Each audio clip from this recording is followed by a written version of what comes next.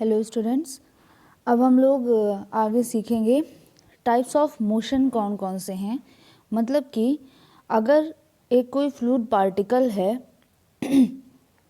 वो ट्रेवल कर रहा है, मतलब एक प्लेस से दूसरे प्लेस में जा रहा है, तो उसमें कौन कौन से तरीके के मोशन हो सकते हैं।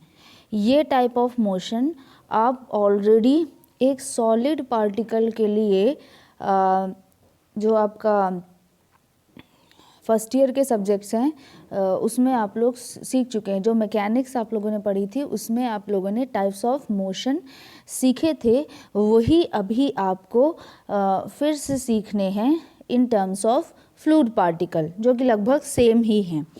तो जो सबसे पहला टाइप ऑफ मोशन होता है, मतलब एक पार्टिकल किस तरह से मूव कर सकता है, पहला होता है लीनियर ट्रांसलेशन। लीनियर ट्रांसलेशन या फिर प्योर ट्रांसलेशन भी बोलते हैं इसे। टोटल 4 टाइप्स ऑफ डिस्प्लेसमेंट्स हो सकते हैं मोशन में। मतलब जो 4 टाइप्स ऑफ मोशन, ये आपके हम लोग एलिमेंट्री मोशन हम आपको बता रहे हैं। अगर एक एक्चुअल फील्ड की बात करें तो एक फ्लूइड पार्टिकल इन चारों मोशन में से किसी एक कैटेगरी का मोशन में हो सकता है, या फिर इन चारों में से जितने भी कॉम्बिनेशन बन सकते हैं उनमें से किसी कैटेगरी में हो सकता है। जैसे कि अभी हम आपको टोटल 4 तरीके के मोशन बताएंगे। लीनियर ट्रांसलेशन और प्योर ट्रांसलेशन, ये फर्स्ट है। सेकंड है लीनियर डिफॉर्मेशन, थर्ड है एंगुलर डिफॉर्मेशन और शेयर डिफॉर्मेशन, और फोर्थ है रोटेशन। तो इन जो मोशन है वो इन चारों में से किसी एक कैटेगरी में, या फिर इन चारों में से किसी भी कॉम्बिनेशन में। कॉम्बिनेशन का मतलब है या तो पहला और दूसरा इनका कॉम्बिनेशन होकर कोई फ्लो होगा, या फिर पहला और तीसरा, मतलब या तो 2-2 के कॉम्बिनेशन होंगे, या तो 3-3 के कॉम्बिनेशन होंगे, या तो 4-4 के कॉम्बिनेशन होंगे। कोई भी कॉम्बिनेशन का भी फ्लो हो सकता है, या फिर जो एलिमेंट्री 4 बताए जा रहे हैं उनमें से किसी भी तरीके का फ्लो हो सकता है। तो आपको अभी चार टाइप के ट्रांसलेशन जो है वो सीखने हैं। तो देखिए, फर्स्ट है लीनियर ट्रांसलेशन। लीनियर ट्रांसलेशन कब होता है? जब पार्टिकल एक पोजीशन से दूसरी पोजीशन में जाता है और जैसा है वो एज इट इज़ उठकर चला जाता है। जैसे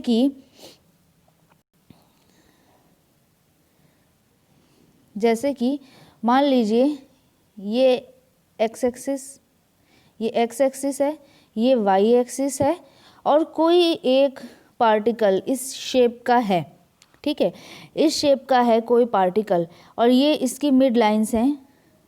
इन मिड लाइंस को हम A B axis, C D axis से इंडिकेट कर रहे हैं।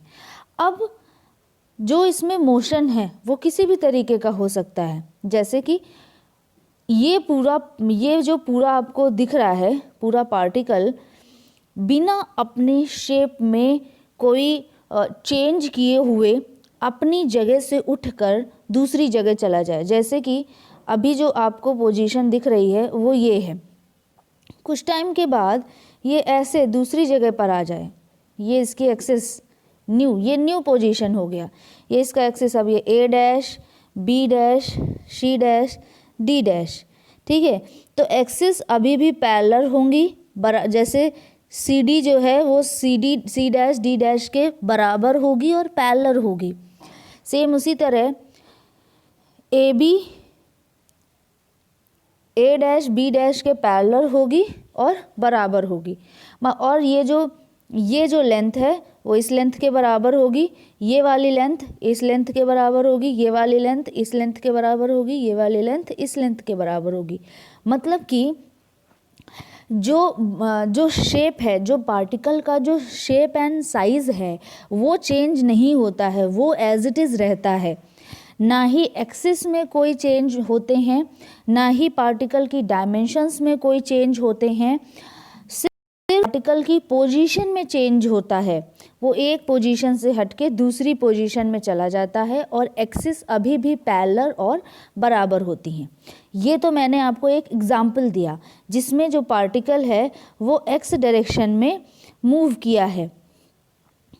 अब एक दूसरा इसी का एग्जाम्पल दिया जा सकता है जैसे ये अभी एक्स डायरेक्शन में, ऐसे एक्स डायरेक्शन में हमने मूव किया था, अब हम लोग वाई डायरेक्शन में मूव करें तो ये पार्टिकल आ गया यहाँ, ये पार्टिकल यहाँ आ गया और ये इसकी एक्सिस हैं, ये इसकी एक्सिस हैं A dash, B dash, C dash and D dash. तो अभी भी वही चीज़ें हैं कि डायमेंशंस अभी भी सेम है, ये डायमेंशन इस डायमेंशन के बराबर है, ये डायमेंशन इस डायमेंशन, मतलब अभी जितनी भी डायमेंशन है वो पहले वाले पार्टिकल की डायमेंशन के बराबर ही हैं और एक्सिस अभी भी बराबर, यानी ए बी डैश के, ए डैश बी डैश के बराबर, सी डैश डी डैश के बराबर और उसके पैरेलल ही हैं। ठीक है, ये भी एक एग्जाम्पल था जिसमें हमने पार्टिकल को वाई डायरेक्शन में लीनियर ट्रांसलेशन किया। अब हम लोग एक और एग्जाम्पल देते हैं, जैसे अभी इससे सबसे पहले क्या किया, हमने एक्स डायरेक्शन में मूव का एक एग्जाम्पल देखा, फिर वाई डायरेक्शन में मूव का एग्जाम्पल देखा। अब सपोज किसी भी एक आर्बिट्रेरी डायरेक्शन में ऐसे आगे गया, ठीक है, तो अभी ये जो मूवमेंट हुआ वो ऐसे मूवमेंट होगा, लेकिन अभी भी ये लीनियर ही मूवमेंट है अभी भी इसकी जो एक्सिस हैं A dash, B dash, C dash, D dash, अभी भी A dash, B dash A B के बराबर हैं, पैरेलल हैं, सी डी के बराबर है सी डैश, डी डैश, सभी डायमेंशंस पार्टिकल की न्यू डायमेंशंस के बराबर हैं, सिर्फ एक लीनियर ट्रांसलेशन होता है। ठीक है, तो इसी चीज़ को देखिए हमने यहाँ पर सही से लिखा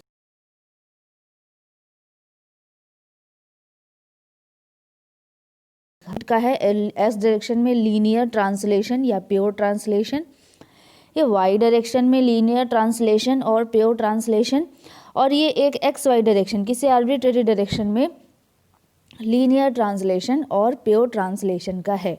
इसमें जो पार्टिकल मूव करता है वो अपनी एक पोजीशन से हटके दूसरी पोजीशन पर चला जाता है और पूरा as a whole body move करता है।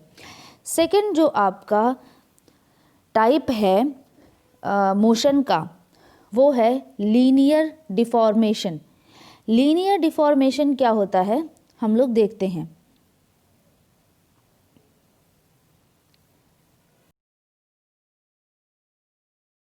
क्या होता है, ये एक्सिस है एक्स एक्सिस, ये एक्सिस है वाई एक्सिस, इसमें ये पार्टिकल है, ये एक्सिस हैं ए बी सी डी।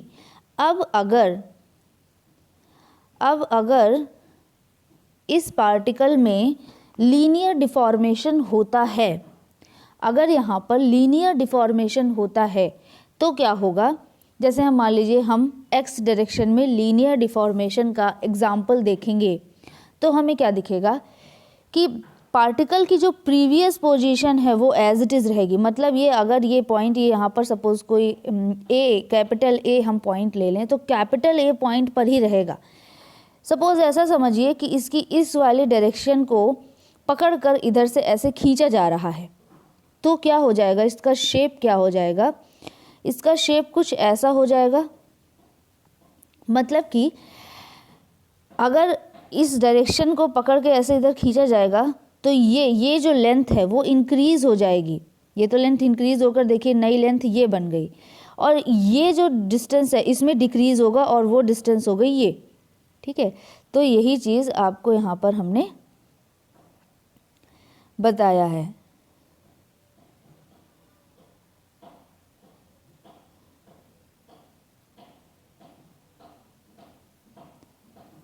ये नया पोजीशन बना, ये नया पोजीशन बना। अब इसकी एक्सिस देखिए, इसकी एक्सिस ये और सपोज ये है, तो अब देखिए ये जो ए डैश बी डैश हैं ये अभी भी ए बी के पैरेलल होंगी, इसी तरह C dash D dash C D के पैरेलल होंगी, लेकिन अब ये बराबर नहीं होंगी। मतलब कि ए बी पैरेलल है ए डैश बी डैश के, बट बराबर नहीं है। इसी तरह सी डी पैरेलल है सी डैश डी डैश के, बट ये दोनों अब आपस में बराबर नहीं हैं। एक्सिस के बारे में ये है, ठीक है। मतलब इसे इस तरीके के चेंज को हम बोलते हैं लीनियर डिफॉर्मेशन, जिसमें से डायमेंशंस क्या हो जाती हैं, डिफॉर्म हो जाती हैं। मतलब कि अब ये डायमेंशन इस डायमेंशन के बराबर नहीं है और ये पूरी डायमेंशन इस डायमेंशन के बराबर नहीं है। डायमेंशंस डिफॉर्म हो गई हैं, एक्सिसेस पैरेलल हैं बट बराबर नहीं हैं अभी भी। तो इस तरीके के चेंज को हम बोलते हैं लीनियर डिफॉर्मेशन। ये जो हमने केस लिया, ये हमने आपको केस शो किया था एक्स डायरेक्शन में लीनियर डिफॉर्मेशन का। अब हम आपको शो करेंगे वाई डायरेक्शन में लीनियर डिफॉर्मेशन का। तो सपोज ये है वाई डायरेक्शन में लीनियर डिफॉर्मेशन, कुछ ऐसे हो गई ये, और ये इसकी एक्सिस हो गई। एक्स डायरेक्शन में लीनियर डिफॉर्मेशन और वाई डायरेक्शन में लीनियर डिफॉर्मेशन, ठीक है। यहाँ पर हमने क्या किया है, यहाँ पर हमने एक डायरेक्शन को पकड़ के खींचा है, ठीक है, पुल किया है। तो हमारी डायमेंशन, एक डायमेंशन में क्या हुआ, कुछ जैसे हमने बोला इस डायरेक्शन को ऐसे पकड़ के ऐसे खींचे, तो क्या होगा, ये डायमेंशन बढ़ जाएगा, ये क्या हो जाएगा, कम हो जाएगा। तो अगर इसी चीज़ का जस्ट अपोजिट हो जाता है कि एक डायमेंशन को ऐसे ऐसे फोर्स लगाएं, तो क्या हो जाएगा, सीधी बात है, इसमें कमी आ जाएगी और इधर ही ऐसे इंक्रीज हो जाएगा, ठीक है। तो वो सारी चीज़ें आपको सॉलिड के केस में बताई गई हैं, वही चीज़ें यहाँ पर भी वैलिड होंगी। मतलब कि इन शॉर्ट में अगर हम बोलें तो लीनियर डिफॉर्मेशन में क्या होता है कि एलिमेंट अपनी प्रीवियस पोजीशन पे रहता है, और मतलब एलिमेंट का कुछ पार्ट अपनी प्रीवियस पोजीशन पे रहता है और कुछ पार्ट जो है वो नई पोजीशन पे अचीव करता है। जैसे अगर हम इसको बात करें तो ऐसे है, तो ये पार्ट अपनी प्रीवियस पोजीशन पर है, जबकि ये वाला पार्ट यहाँ पर है, न्यू पोजीशन पर है। अगर ऐसा अचीव करना है तो सीधी बात है, पार्टिकल को अपने शेप एंड साइज में चेंज करना होगा। वो चेंज करता है, डायमेंशंस चेंज हो जाती हैं, लेकिन जो एक्सिस होती हैं, वो जो नई एक्सिस बनती हैं, उन्हें अगर हम डिफॉर्म्ड एक्सिस बोलें, तो ये जो डिफॉर्म्ड एक्सिस हैं वो अनडिफॉर्म्ड एक्सिस के पैरेलल रहती हैं, लेकिन उनकी लेंथ जो है वो चेंज हो जाती है। ये जो आप लोगों ने सीखा वो है लीनियर डिफॉर्मेशन। जो आप लोग सीखेंगे थर्ड डिफॉर्मेशन, जिसे हम लोग बोलते हैं एंगुलर डिफॉर्मेशन और शेयर डिफॉर्मेशन। तो एंगुलर डिफॉर्मेशन और शेयर डिफॉर्मेशन देखते हैं क्या है। फिर से एक पोजीशन हमने बना ली, ये एक्सिस है एक्स एक्सिस, ये एक्सिस है वाई एक्सिस, और हमारा ये जो हमारा शेप था वो अभी भी है, ये इसकी एक्सिस हैं, नेम लिख दीजिए ए बी सी और डी, ये एक्सिस है हमारी। अब देखिए इसमें अगर हम लोग एंगुलर डिफॉर्मेशन करते हैं तो कैसा शेप बनेगा। आप इस कॉर्नर को पकड़िए और इसको ऐसे ऐसे खींचिए, ठीक है, तब जो शेप बनेगा वो कैसा होगा। जैसे इस चीज़ को आप बहुत अच्छे से समझ सकते हैं। अगर आप कोई ऐसे रबर का आपने एक ऐसा पार्टिकल लिया और इसको फिक्स कर दिया अपनी जगह पर, और इसको पकड़ के ऐसे खींचा, तब इसका शेप क्या बन जाएगा, तब इस पार्टिकल का जो शेप बनेगा ना वो कुछ ऐसा बनेगा, ऐसा हो जाएगा, ठीक है। तो वही चीज़ हमारे यहाँ पर भी होगी। अब जब ये शेप ऐसा हो गया तो देखिए ये पहला वाला लाइन था, ये अब आपका दूसरा न्यू पोजीशन है, तो ये जो एंगुलर हुआ इसे हम लोग एंगुलर डिफॉर्मेशन बोलते हैं। तो देखते हैं यही चीज़ इसमें कैसे होगी, पार्टिकल के टर्म्स में देखते हैं इसी चीज़ को। ये देखिए ये आपकी प्रीवियस पोजीशन है। अब क्या करें, इसको पकड़ के ऐसे खींचेंगे तो क्या होगा, तो कैसा शेप बन जाएगा, इसका शेप फिर बनेगा, मैंने कुछ ज़्यादा ही डिफॉर्म्ड बनाया है ताकि आपको दिखे, इतना ज़्यादा डिफॉर्म तो नहीं होता, ठीक है। तो ये देखिए ये इसका नया डिफॉर्म्ड पोजीशन हो गया, और इनकी एक्सिस ऐसे और ऐसे, ये और ये आपस में पैरेलल होंगी, इस तरह ये और ये आपस में पैरेलल होंगी, एक्सिस है ना इसलिए, ठीक है। तो अब देखिए, अब नया पोजीशन, ये अपनी प्रीवियस पोजीशन पर ही रहेगा ये वाला पॉइंट।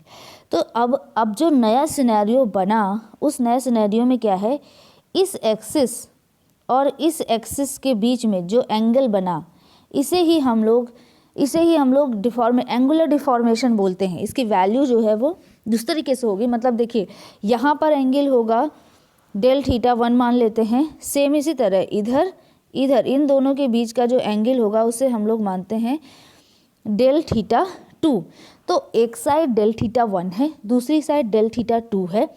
तो एंगुलर डिफॉर्मेशन क्या हो जाता है, दोनों का average del theta 1 plus del theta 2 divide by 2, ये आपका एंगुलर डिफॉर्मेशन हो जाएगा। और इस एंगुलर डिफॉर्मेशन की जो वैल्यू होती है वो क्या होती है, इसकी वैल्यूज़ अभी हम लोग देखेंगे, मैंने लिख रखा है, आप उधर से ही आराम से देख सकेंगे। पहली बात आप ये देख लीजिए कि मैंने यहाँ आपको इसकी पार्टिकल की डायमेंशन से एंगल बना के दिखा दिया, ठीक है। पार्टिकल की डायमेंशन से एंगल कहें या फिर उनकी एक्सिस से एंगल देखें, दोनों सेम ही होगा, क्योंकि पार्टिकल की डायमेंशन और एक्सिस दोनों क्या होती हैं, पैरेलल होती हैं। तो देखिए, अगर आप अभी भी ये देखना चाहें तो देखिए, इस एक्सिस को आगे बढ़ाएंगे और तो ये जो एंगल होगा वही ये एंगल होगा। इसी तरह ये जो इसकी जो न्यू एक्सिस बनी है और जो प्रीवियस एक्सिस है, इसके बीच का जो एंगल ऐसे दिख रहा है आपको, मतलब ये वाला जो एंगल आपको दिख रहा है, ये वाला जो एंगल आपको दिखेगा, ये एक्सिस है, ये इसको भी पीछे बनाना पड़ेगा ना, ये एक्सिस है, इसके पैरेलल ऐसे जाएगा, तो ये जो एंगल होगा, ये एंगल इस एंगल के बराबर होगा, ठीक है। तो ये आपका क्या था, एंगुलर डिफॉर्मेशन था। इसी चीज़ को आप यहाँ पर देखिए, ऑलरेडी बना हुआ है, ये देखिए, ये आपका प्रीवियस, मतलब आपका एकदम एलिमेंट्री केस है। फिर दूसरा जो डिफॉर्मेशन के बाद बना वो ऐसा बना, इनकी एक्सिस के बीच में जो एंगल बन रहा है वो है इधर, देखिए ये है डेल थीटा 2 और इधर है डेल थीटा 1। डेल थीटा 2 की क्या वैल्यू है, ये देखिए लिखी हुई है, debar v upon debar y into del y. इसी तरह ये वैल्यू क्या है, debar v upon debar x into del x, ठीक। तो ये हमारा हुआ एंगुलर डिफॉर्मेशन या फिर शेयर डिफॉर्मेशन। एंगुलर डिफॉर्मेशन की वैल्यू क्या हो जाएगी, ये जो दोनों डिफॉर्मेशन हमें दिख रहे हैं, इन दोनों डिफॉर्मेशन का एवरेज, यानी del theta 1 plus del theta 2 divide by 2। ये देखिए, जो चीज़ें मैंने बताई वो चीज़ें यहाँ पर लिखी हुई हैं, उनका फॉर्मूला भी लिखा हुआ है, प्लस डेल थीटा 2 बाई 2। अब एंगुलर डिफॉर्मेशन को ही शेयर स्ट्रेन रेट भी बोलते हैं। तो शेयर स्ट्रेन मतलब दोनों चीज़ें वैसे तो अलग हैं, एंगुलर डिफॉर्मेशन है और उसी का अगर रेट बोला जाए तो शेयर स्ट्रेन रेट है। तो शेयर स्ट्रेन रेट का जो फॉर्मूला है वो हम लोग डिराइव कर लेते हैं। जैसे देखिए, जो डेल थीटा 1 था वो क्या था, पूरा एंगल था। अब अगर आप लेंथ वाइज भी देखेंगे तो सीधी बात है, एक डायरेक्शन में डेल एक्स होगा, दूसरी डायरेक्शन में डेल वाई होगा, मतलब एक जो उसकी डायमेंशन है वो डेल एक्स और डेल वाई है आपका एलिमेंट का। तो उसी से आप पर लेंथ निकालेंगे, क्योंकि रेट निकालना है आपको पर लेंथ के लिए, ये एक डायरेक्शन में पर लेंथ के लिए, दूसरी डायरेक्शन में पर लेंथ के लिए ये। तो आपको जो वैल्यूज़ मिलेंगी वो ऐसे मिलेंगी। और फिर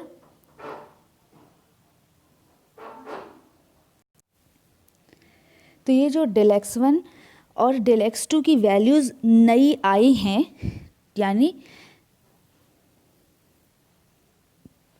del x1 equal to debar v upon debar x और del x2 equal to debar u upon debar y. तो जो शेयर स्ट्रेन रेट होगा वो इन दोनों का एवरेज होगा। तो एवरेज जैसे ये जो वैल्यू थी, ये देखिए वैल्यूज़ जो हैं उनको हमने बस रख दिया है। डेल x1 की वैल्यू आई ये, डेल x2 की वैल्यू आई ये, हमने इन दोनों वैल्यूज़ को यहाँ पर रख दिया। तो शेयर स्ट्रेन रेट जो हमें मिला वो मिला debar v upon debar x plus debar u upon debar y. अब देखिए क्वेश्चंस क्या पूछे जा सकते हैं। क्वेश्चंस होगा कि आपको सीधे सीधे एक वेलोसिटी का एक इक्वेशन दे देगा और फिर पूछ लेगा इसमें shear strain रेट बताइए। तो ये बहुत ही सिंपल केसेस होते हैं। हमें क्या करना है, जो V equal to U I plus V J plus W K, इसे कंपेयर करना है।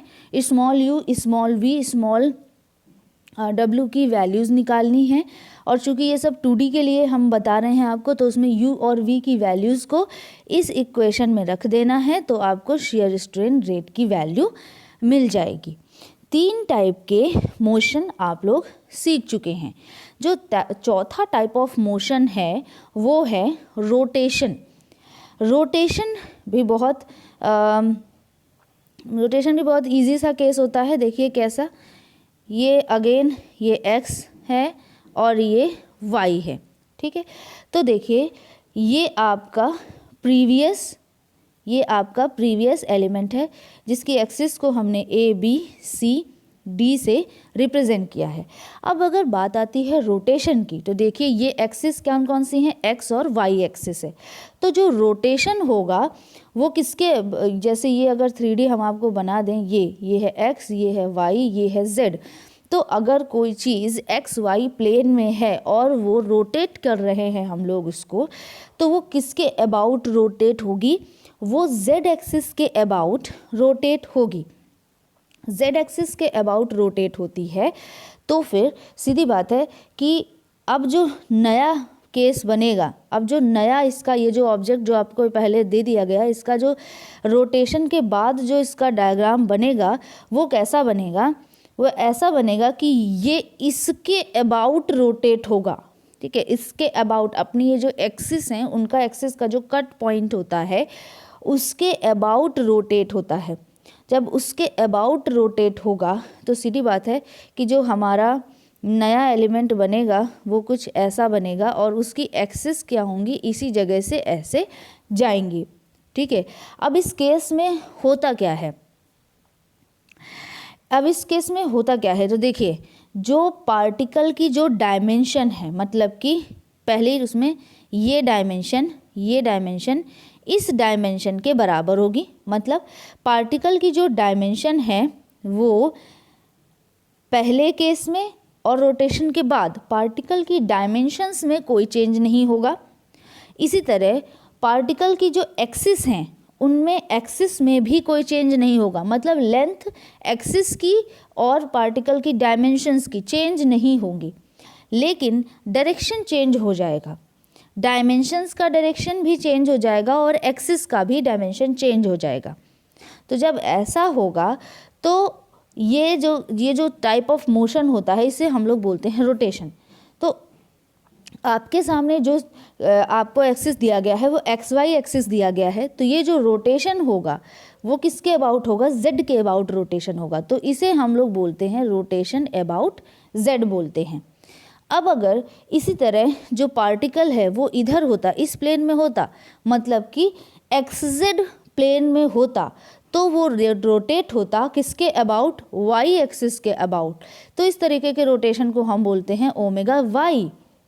अब अगर यही पार्टिकल किधर होता, ये ऐसे इधर होता, मतलब कि वाई जेड प्लेन में होता, तो अब वो रोटेट किसके अबाउट होता, ओमेगा एक्स के अबाउट रोटेट होता। तो 3D में हम लोगों के पास 3 टाइप ऑफ रोटेशन होते हैं। अब अगर कोई ऐसा केस होता है कि ओमेगा एक्स की वैल्यू भी 0 है, ओमेगा वाई की वैल्यू भी 0 है, ओमेगा जेड की वैल्यू भी 0 है, मतलब कि पार्टिकल ना ही एक्स के अबाउट रोटेट हो रहा है, ना ही वाई के अबाउट रोटेट हो रहा है, ना ही जेड के अबाउट रोटेट हो रहा है। ये तीनों रोटेशन के जो कंपोनेंट हैं वो हैं 0। तो इसका मतलब है कि जो पार्टिकल है वो इररोटेशनल फ्लो है, जो कि आपको बताया गया है, इररोटेशनल फ्लो है, ठीक है। तो अब हम लोग ये जान लेते हैं। अच्छा एक चीज़ और, ओमेगा एक्स वाई और जेड इनमें से अगर कोई भी एक कंपोनेंट की वैल्यू 0 नहीं है, जैसे मान लीजिए ओमेगा एक्स 0 है, ओमेगा वाई 0 है, लेकिन ओमेगा जेड 0 नहीं है, तो इसका मतलब जो फ्लो है वो रोटेशनल फ्लो है, ठीक है। किसके अबाउट, जिसके अबाउट जिस पर्टिकुलर डायरेक्शन का कंपोनेंट 0 नहीं है रोटेशन का, उसके अबाउट रोटेशनल फ्लो होगा। तो देखिए ये जो वैल्यूज़ हैं, फॉर्मूले की जो वैल्यूज़ हैं वो देख लेते हैं। ओमेगा जेड का जो वैल्यू है, फॉर्मूले तो आपको याद ही करने पड़ेंगे, debar v upon debar x minus debar u upon debar y इनका डिवाइड बाई 2। इसी तरह omega x equal to debar डब्ल्यू upon debar y debar v upon debar z divide by 2। Omega y मतलब वाई एक्सिस के about rotation equal to debar u upon debar z minus debar डब्ल्यू upon debar z divide by 2। अब जान लेते हैं कि ये बाकी चीज़ें क्या है। देखिए ओमेगा जेड क्या है, जेड एक्सिस के अबाउट रोटेशन, और ओमेगा एक्स क्या है, एक्स एक्सिस के अबाउट रोटेशन। ओमेगा वाई क्या है, वाई एक्सिस के अबाउट रोटेशन। यू क्या है, वेलोसिटी, कैपिटल वी वेलोसिटी का component in X direction. V क्या है, कैपिटल वी वेलोसिटी का कंपोनेंट इन वाई डायरेक्शन। और स्मॉल डब्ल्यू क्या है, कैपिटल वी वेलोसिटी का component in Z direction. X Y और जेड क्या हैं, डायरेक्शंस हैं, मतलब एक्स डायरेक्शन में जो डिस्टेंस है वो हैं। ठीक है, तो ये सभी चीज़ें आपको पता चल गई। अब आपको अगर क्वेश्चन कैसे पूछे जाते हैं ये देख लेते हैं। सपोज आपको एक वेलोसिटी का कंपोनेंट दे दिया गया, वेलोसिटी का एक इक्वेशन आपको दे दिया गया और बोला गया कि अब आप इस वेलोसिटी के इक्वेशन से ये बताइए कि रोटेशनल कंपोनेंट कौन कौन से हैं, कितने हैं। ठीक है, तो आप लोग ओमेगा एक्स की वैल्यू निकालेंगे, ओमेगा वाई की वैल्यू निकालेंगे और ओमेगा जेड की वैल्यू निकालेंगे। तो ये आपको रिजल्ट दे देगा एक्स वाई और जेड के अबाउट रोटेशन की वैल्यूज़, कंपोनेंट दे देगा। अब सपोज़ ये तीनों वैल्यूज़ क्या आ जाती हैं, ज़ीरो आ जाती हैं। ज़ीरो आ जाने का क्या मतलब है कि जो हमारा फ्लूइड है वो कैसा है, इररोटेशनल फ्लूइड है हमारा।